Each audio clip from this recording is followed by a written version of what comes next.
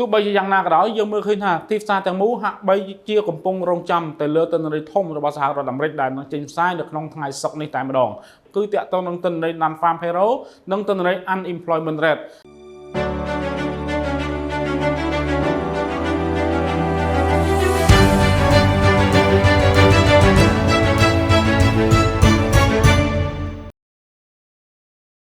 បាទជំរាបសួរបងប្អូនទាំងអស់គ្នាជួបគ្នាជាថ្មីជាមួយខ្ញុំគុណណាន់នៅក្នុងកម្មវិធីវិភាគព័ត៌មានប្រចាំថ្ងៃរបស់ក្រុមហ៊ុន GFG Investment នៅថ្ងៃទី2មិថុនា2025នេះខ្ញុំនឹងធ្វើការចែករំលែកជូននៅព្រឹត្តិការណ៍ព័ត៌មានផ្សេងៗក៏ដូចជាធ្វើការអាប់ដេតទៅលើទីផ្សារអញ្ចឹងយើងឃើញថាតាក់ទងនឹងតម្លៃទីផ្សារមាសដែលយើងឃើញថាមានការប្រែប្រួលការពីថ្ងៃសុក្រដែលជាថ្ងៃបិទផ្សារនោះគឺវាមានការប្រែប្រួលនៅក្នុងទំហំ$51នៅក្នុងមួយអោនដែលវាបានឡើងចុះនៅក្នុងចន្លោះតម្លៃ$3271ទៅដល់តម្លៃ$3322នៅក្នុងមួយអោនបាទហើយបើយើងគិតជាតម្លឹងវិញគឺវាមានការប្រែប្រួលនៅក្នុងទំហំ$62នៅក្នុងមួយតម្លឹងដែលបានឡើងចុះនៅក្នុងតម្លៃ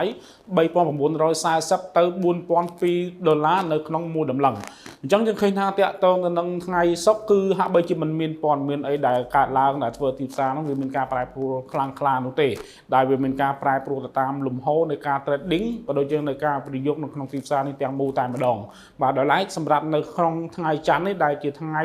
ៃដើមសប្តាហ៍យើងឃើញថាតាក់ទងតម្លៃហាងចៃមាននៅក្នុងព្រឹកនេះតែម្ដងគឺនៅក្នុងតម្លៃ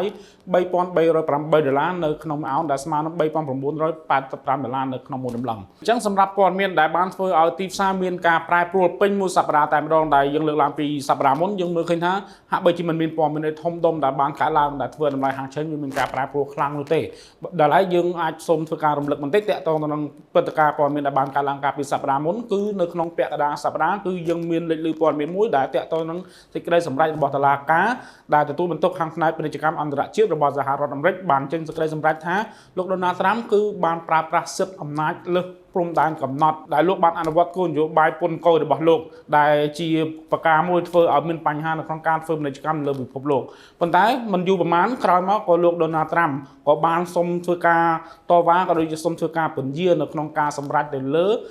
ើសេចក្តីសម្រេចរបស់តុលាការរបស់សហរដ្ឋអាមេរិកដែលទទួលបន្ទុកទៅលើផ្នែកពាណិជ្ជកម្មអន្តរជាតិមួយនេះដូច្នេះអ្វីទាំងអស់នេះគឺជាអ្វីមួយដែលបានកើតឡើងកាលពីសប្តាហ៍មុនដែលបានធ្វើឲ្យតម្លៃទីផ្សារវាមានការប្រែប្រួលក៏ប៉ុន្តែសម្រាប់សប្តាហ៍ថ្មីអ្វីដែលយើងត្រូវធ្វើការតាមដាននិងយកចិត្តទុកដាក់តាក់ទងនឹងព័ត៌មាននោះយើងឃើញថាតាក់ទងទៅនឹងនៅក្នុងសប្តាហ៍នេះគឺនឹងមានទិន្នន័យសំខាន់ផងដែរសម្រាប់តាក់ទងទៅនឹងសហរដ្ឋអាមេរិកបាទដែលនៅក្នុងថ្ងៃច័ន្ទនេះគឺនៅវេលាម៉ោង9យប់នឹងមានការចេញផ្សាយទៅលើទិន្នន័យមួយដែលយើងហៅថា ISM Manufacturing PMI បាទតាក់ទងនឹងទិន្នន័យមួយនេះគឺជាទិន្នន័យមួយដែលគេបង្ហាញអំពីការ survey ក៏ដូចជាការស្ទាបស្ទង់អំពីការ order ទៅលើទំនិញផ្សេងៗរបស់រោងចក្រឬក៏សហគ្រាសនីមួយៗយោងតាមទិន្នន័យដែលគេបានចេញផ្សាយជាមួយនឹងទិន្នន័យដែលជាការព្យាករណ៍នោះកាលពីខែមុនគឺយើងឃើញថាទិន្នន័យគឺនៅក្នុងកម្រិត 48.7 បាទខណៈដែលមានការព្យាករណ៍មានការកើនឡើងតិចតួចគឺនៅក្នុងកម្រិត 49.3 អញ្ចឹងបង្ហាញឲ្យឃើញថាវាអាចនឹងមានកំណើនតិចតួចនៅក្នុងការ order ក៏ដូចជាការបញ្ជាទិញទំនិញផ្សេងៗយកមកចូលនៅក្នុងឃ្លាំងរបស់រោងចក្រក៏ដូចជាសហគ្រាស